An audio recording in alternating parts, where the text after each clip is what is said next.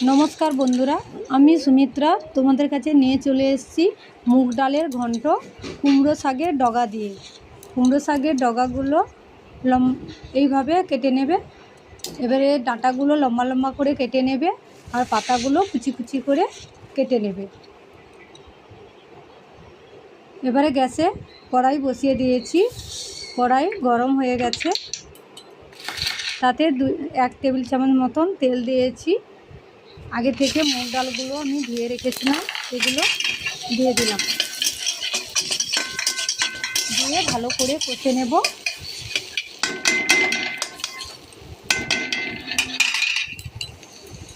ভালো করে কষে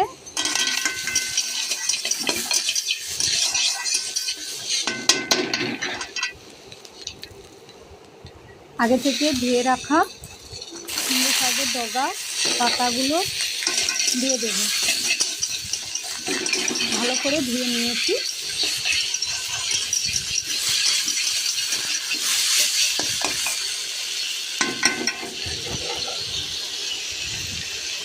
ভালো করে কষিয়ে নেব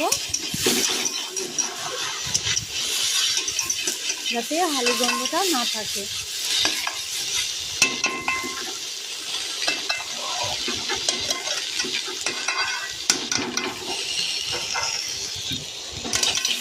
দেখুন বন্ধুরা কষা হয়ে গেছে আর সবজির হালু গন্ধটা থাকবে না। এইভাবে কষে নেব। এবারে পরিমাণ মতো জল দিয়ে দেব।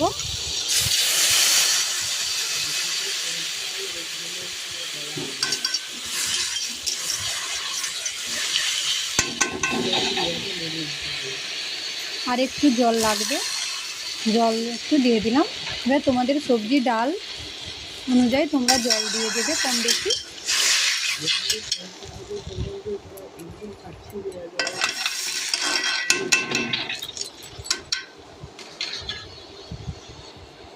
জলটা ফুটে গেছে। জল ফোটার পরে এতে দিয়ে দেব 1 চামচ হলুদের গুঁড়ো, 2 চামচ নুন। এবারে তোমাদের সবজি অনুযায়ী তোমরা নুন স্বাদ অনুযায়ী দেবে। 1 টেবিল চামচ মতন চিনি দিয়ে দেব। একটু মিষ্টি মিষ্টি লাগবে, খেতে ভালো লাগবে। 1 টেবিল চামচ মতন আদা বাটা। এবারে আদা তোমরা গ্রেট করে নিতে পারো, বেটেও দিতে পারো। সব কিছু দিয়ে ভালো করে নেড়ে নেব। নাড়া হয়ে গেছে। এবারে ঢাকনা লাগিয়ে দেব।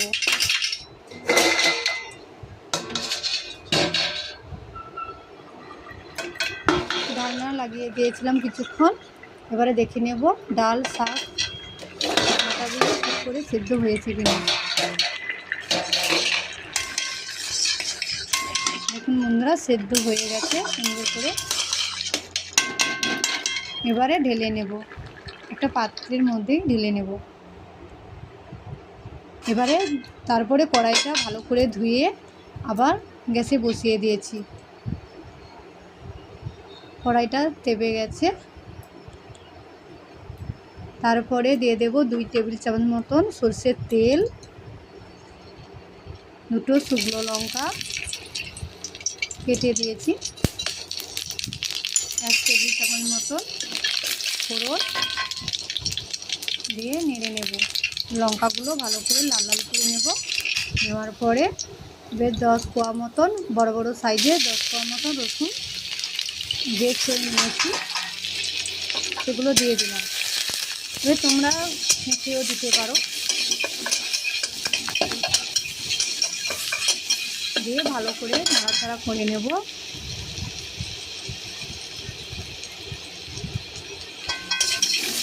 ভালো করে নেড়ে লাল লাল করে ভেজে নেব।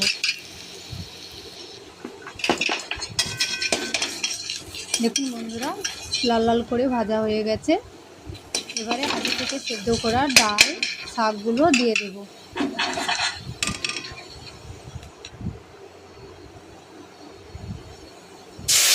শাকগুলো দিয়ে দিলাম, দিয়ে নেড়ে নেব।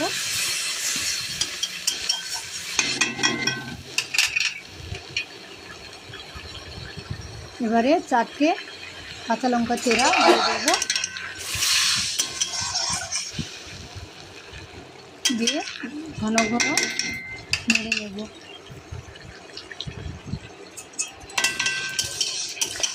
এবারে ঘন করে নেড়ে নামিয়ে নেব। দেখুন বন্ধুরা এই ঘনত্ব থাকবে, তোমরা নামিয়ে নেবে। আমি নামিয়ে নিয়েছি। দেখুন বন্ধুরা কত সুন্দর হয়েছে। তবে তোমাদের যদি ভালো লাগে তাহলে একটি লাইক, শেয়ার, কমেন্ট করে জানাবে কেমন লেগেছে। টাটা।